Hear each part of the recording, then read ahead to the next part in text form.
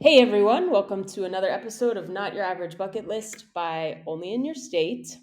We are officially kicking off season 2 today. This is our first episode. We are heading down to Georgia. I'm here with our co host, Sarah Hedleston. Hi, Sarah.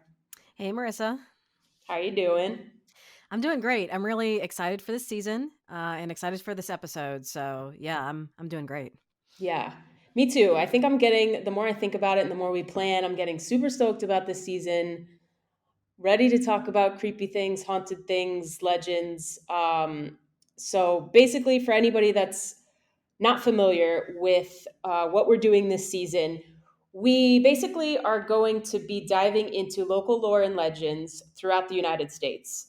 And we're breaking it down by state. So this episode in particular, we're heading south. We're going to Georgia. We're going to talk about a couple of things. And then next episode, we're going to head to a different state. So as always, we're featuring hidden gems. That's going to be our focus is hidden gems, hidden stories, attractions.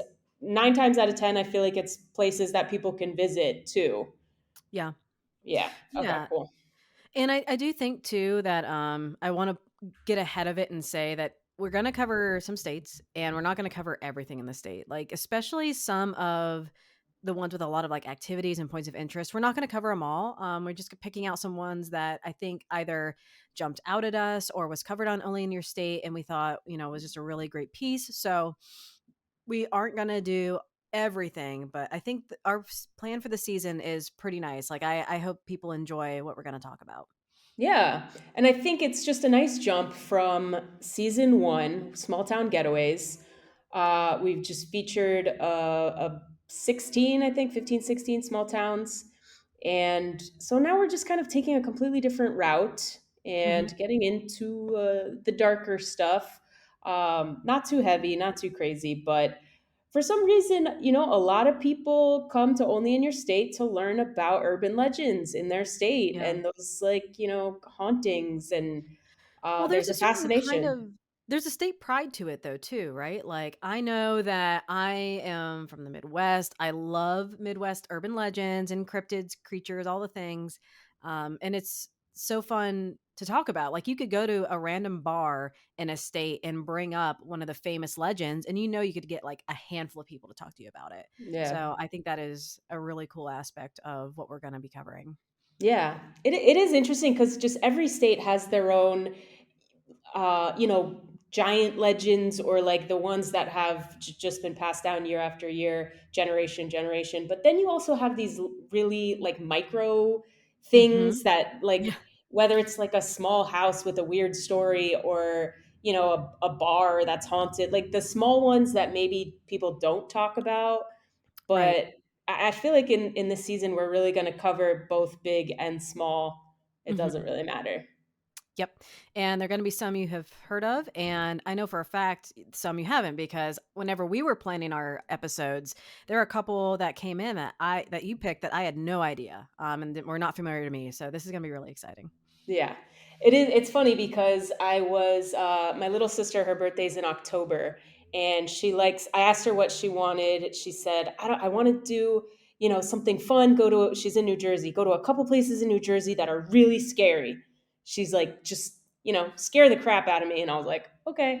So I went on, I went on our website, onlyinyourstate.com, and I'm looking at a couple of places, and I found just a really cool itinerary kind of piecing together our articles. One of them was about there's a death chair apparently at a bar that anybody that sits on it ends up dying within a week. Jeez.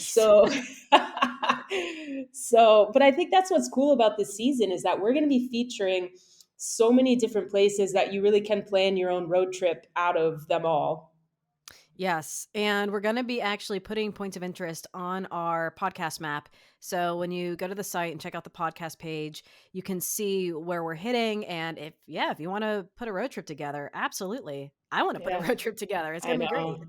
I know. Maybe not sit in a death chair. I might I was pass on gonna it. say, yeah, you're not allowed to apparently anymore because I guess it's a liability. But Oh, geez. yeah, Extra insurance for death chair? What is this? yeah. So we're heading down to Georgia today, and Have you been to Georgia before? Have you spent any time there?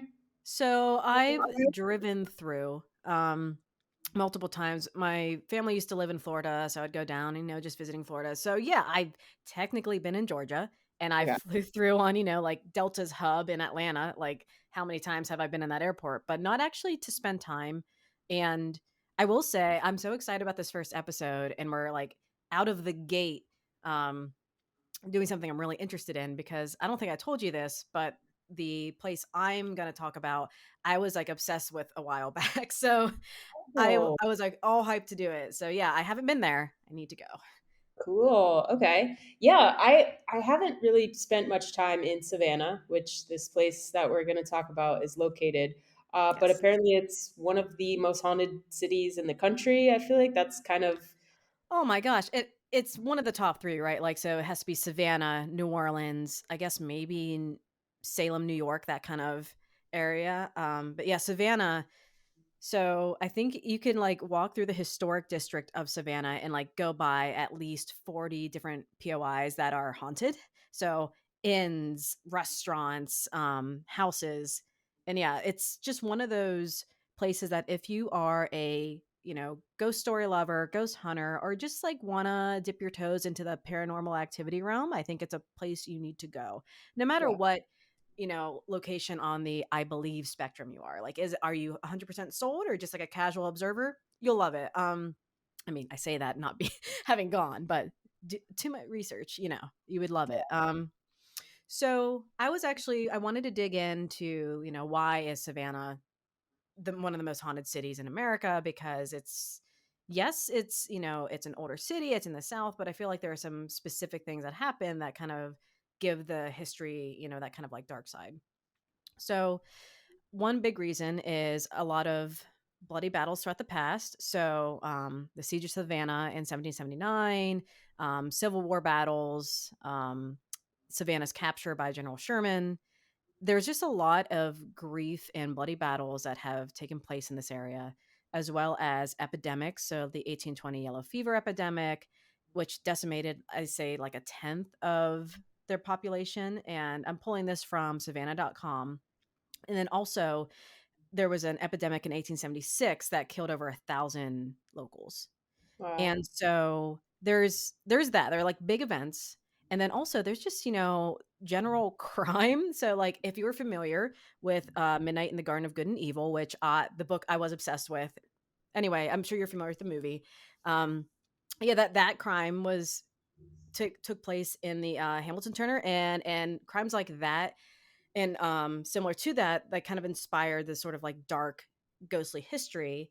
And then, of course, I also have to mention, well, slavery, because the port of Savannah was sadly a hub for the Atlantic slave trade and countless cruel acts and history. And it was a city that was also very heavily dependent on slave labor. So that in and of itself, I think gives Savannah like a really sad, tragic history that just lends itself to a lot of these, ghost stories, paranormal activity, hauntings, things like that.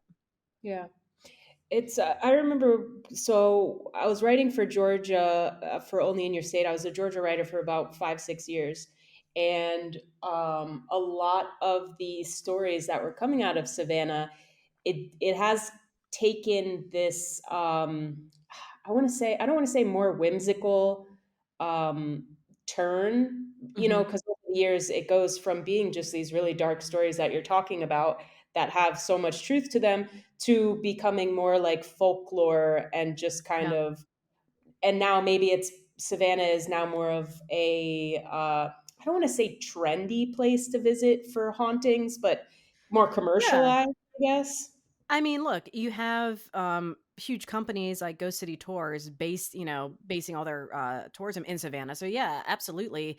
I think you're right. It's taken a turn to where it's more of a tourism centric haunting and not so much, yeah, this place is scary and you don't want to go there.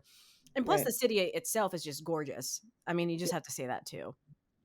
All True. the old buildings and original architecture and just like that southern, I don't know what it is. If you take an English garden, which is like overgrown and a little bit wild, but bring it to the American South, that's what kind of it reminds me of. Hmm. Just a lot of lush sort of trees and overgrowth, things like that. Yeah. Yes, Savannah is a very beautiful city, and it really is steeped in a lot of history. And it's worth visiting, I feel like, no matter what, even if you can't get into the hauntings or you're too scared to Yeah. be there after dark at a hotel that requires a waiver. Let's dive right in there. Uh, Yeah, that's if a hotel requires you to sign a waiver to stay in a room, I feel like that's, it kinda sets the tone of your stay.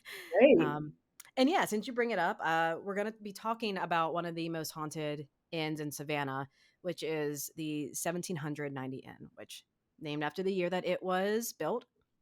But there is a very specific story associated with the inn. So it was allegedly a boarding house and went through some other uses throughout its history.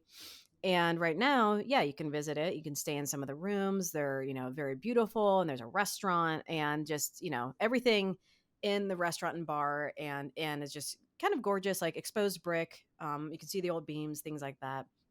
But in room 204, there is allegedly a ghost of a girl named Anna Powers who she suffered a heartbreak back in I think the boarding house days of the inn, and she threw herself out of the window of room 204.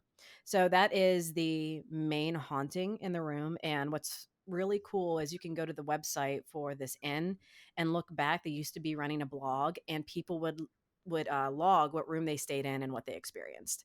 So Mm, it's really fun to go back through and see, like, on the inn website, if you go through the old blog posts of people in staying in room 204, folks are experiencing paranormal activity such as temperature changes, EMF readings, ghostly voices, things moving in the room. And it's just really fun to kind of scroll back through and even see people who said, yeah, everything was normal. It was kind of spooky, but it was fun.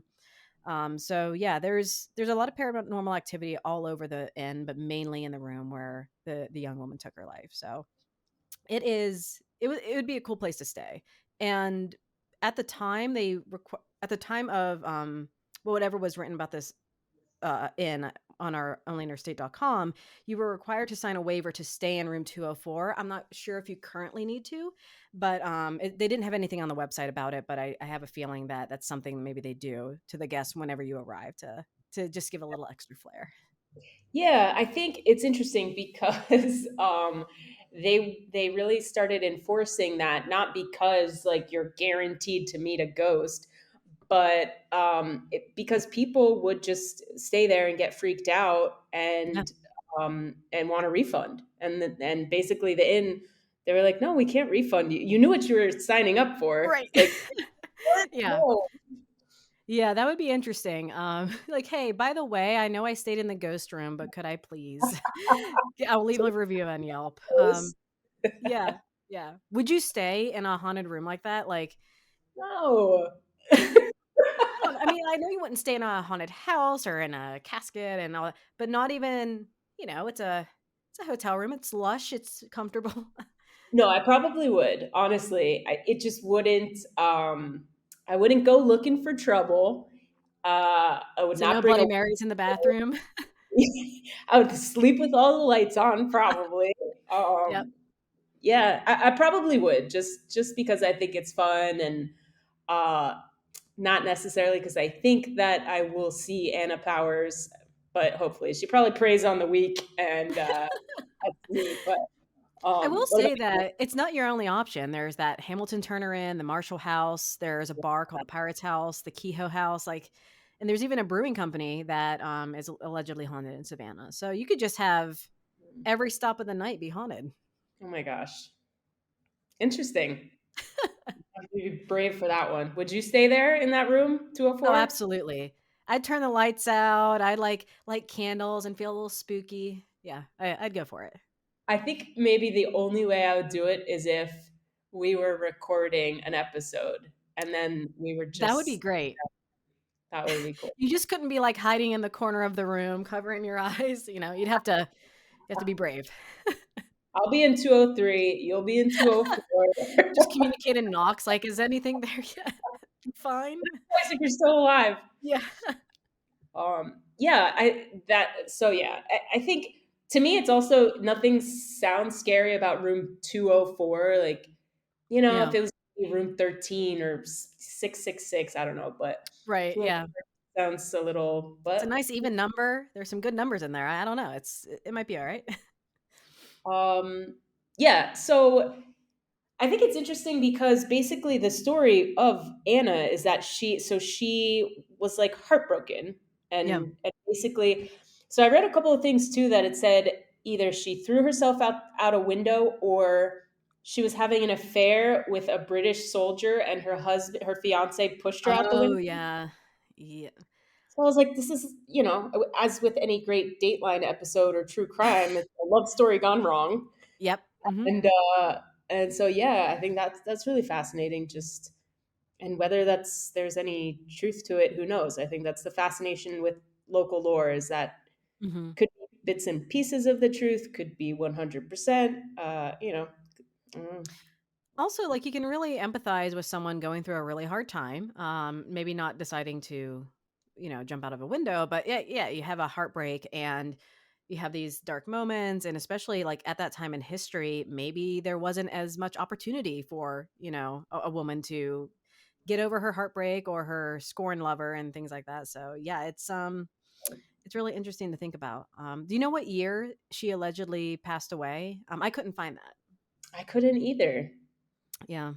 Thought that was really interesting. I was reading people were saying that Anna as her ghost is she's not really mean spirited or Mhm. cause it like wreaking havoc. She's Right. basically it's more like mischievous, playful. She's like she'll move people's belongings Or, like, or tug their hair or something, yeah.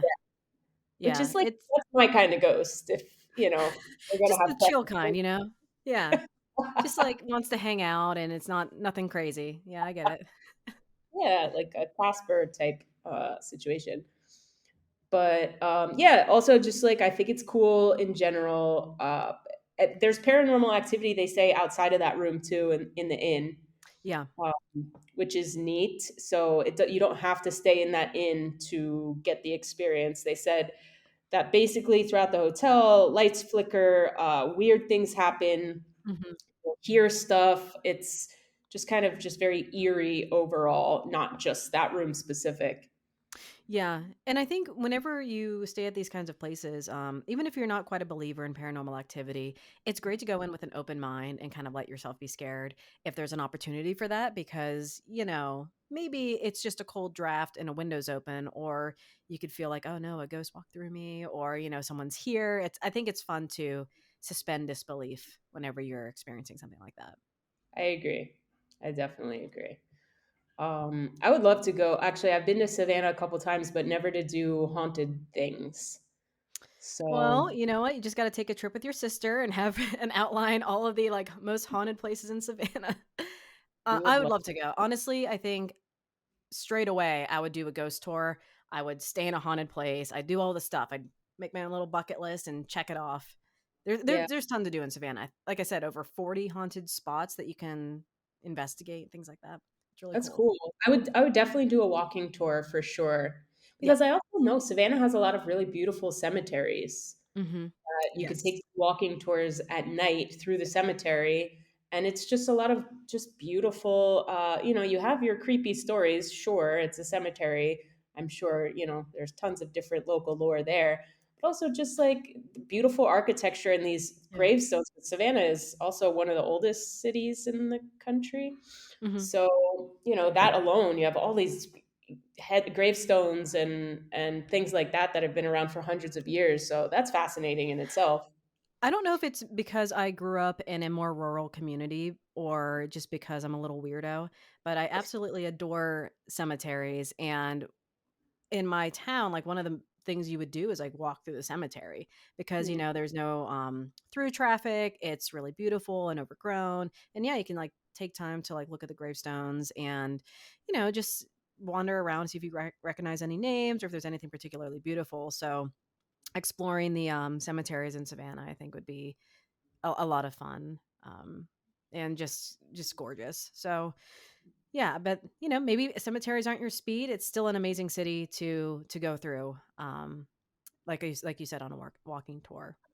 yeah, So sure. as far as your haunting in Georgia, is it similar to what we're talking about now, or is it like a different style? Like what is Yeah. your focus? So it's different because I think it is more fact based. Mhm. Um, we're Wait, talking what? about Lake Lanier.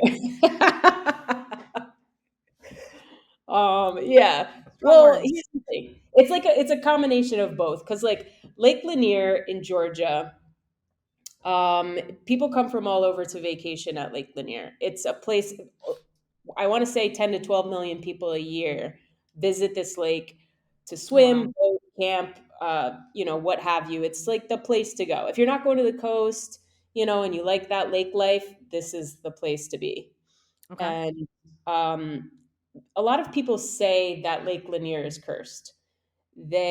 Because historically, Lake Lanier was built over an underwater ghost town. Oh, jeez. So, yeah. Smart.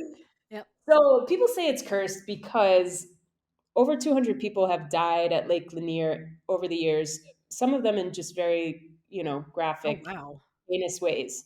And people say that the lake is just cursed. And that's unfortunately why so many people have died.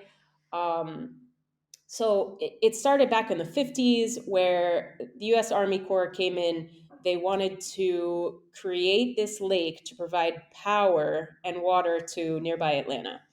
So they went around to all of these people that lived there, all the locals, basically offered them some money, and they assured them that they're going to be paid the true value of their land, true value of their buildings. They're going to be set. And unfortunately, that wasn't really true. So what had happened was the way that this lake came to be is it came about in a way that was sort of fraudulent, what many people have said. And according to historian and author Lisa Russell, she says, at first, the government assured landowners that they were being paid well. Residents found it was too hard to price the generations of memories and the hard work and deep roots of their land. A host of emotions accompanied the talk of relocation: anger, resentment, fear, anxiety. To them, their land was priceless. But unfortunately, as it goes, people lived there for generations. They were sold this idea. It didn't pan out the way it should have, and they basically all left town, but kind of packed the bridges and the waterways, and kind of watched their town and their history be flooded Oh, man. completely, and everything was underwater. So 700 families sold 56,000 acres of land. A lot of families immediately regretted the decision. And what happened was what some people call this giant cursing of the lake. That unfortunately, this is just, I don't know, whether you believe in that stuff or not, energetically, so much hatred went towards this lake. And a lot of these families, they realized that they couldn't live off of what the government gave them, Right. so, unfortunately, that was that, and that kind of kicked off the history of this underwater ghost town that So led to. so just to review, so whenever they wanted to flood this area, what was the government's purpose? Was it like to like provide Yeah, power or yeah, power and water to Atlanta. okay. Wow. Yeah, what a what a dig, like, hey, we don't care about you guys, get out. Um, but we're gonna give you measly amounts of money and you can go, find your own new home. Good Yeah, luck. and unfortunately, they realized too late that it wasn't enough money, Yeah. and so that kind of set things in motion. That people say all those families, 700 families, basically cursed this lake, and now there are ghost sightings all over. There's a woman called the Lady of the Lake who she dresses in a long flowing blue dress, and people see her at night wandering the shoreline. Divers in the area, they've reported seeing the weirdest stuff. Yeah. uh, One diver said there is a catfish the size of a Volkswagen. People have seen What? yeah, just like there's a racetrack that was flooded as part of the town, and took out the bleachers so that they didn't float to the top or like come loose and floats, but there's like Yeah. a racetrack under there, piles of debris, sunken houseboats. Do people Um, go diving there to, like, explore and oh, that would yeah, be so cool. If I wasn't terrified of scuba diving, that would be so fun. yeah, that's like to me that's super terrifying. Like any sort of dark water that you can't see the bottom of, but Mm. then you get to the bottom and you see what a catfish the size of a Volkswagen. Like, No, no, no, that's just a sturgeon. Don't don't worry. That's what it is. I mean, also, how many ladies of a lake are there in the entire world? I mean, it reminded me of that Bly Manor show, which, by the way, amazing.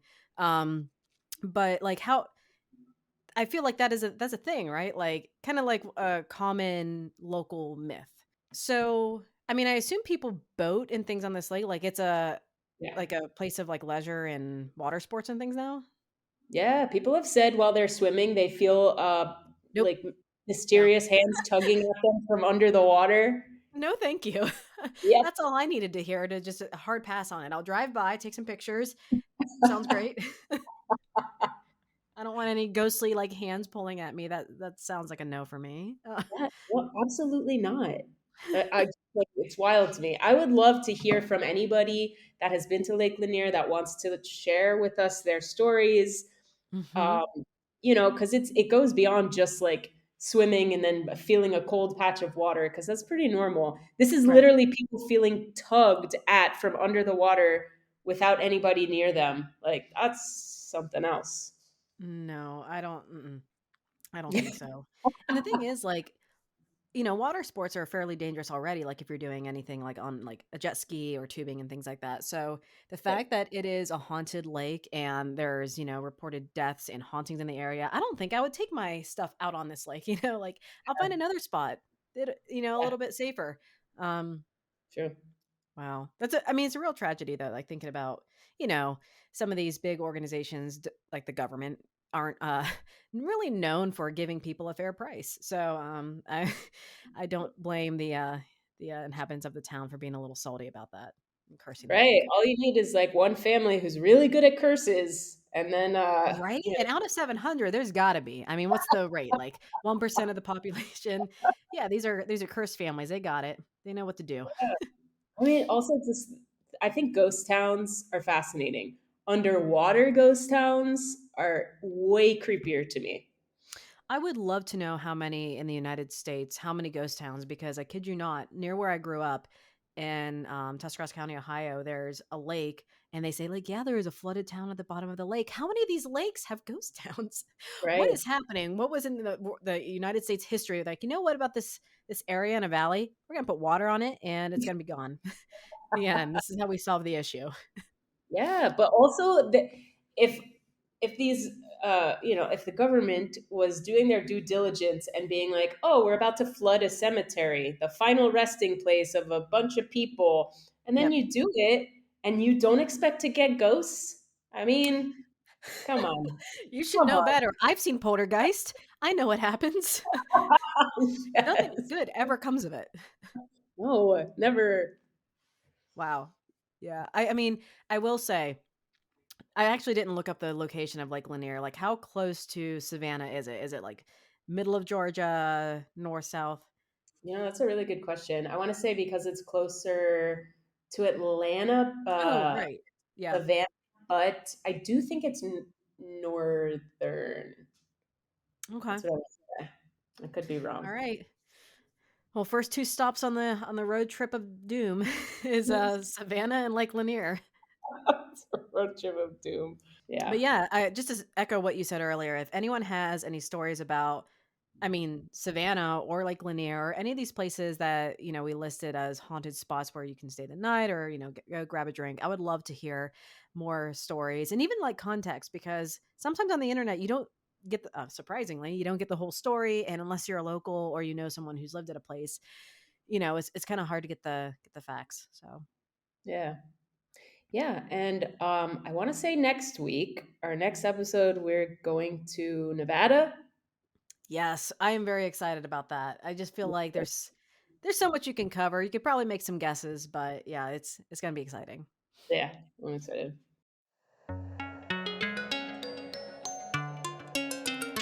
For Season 2, Not Your Average Bucket List will be exploring local lores and legends throughout the country. So, if you're up for the audio adventure, follow us on Apple Podcasts, Spotify, or wherever you listen to your favorite shows.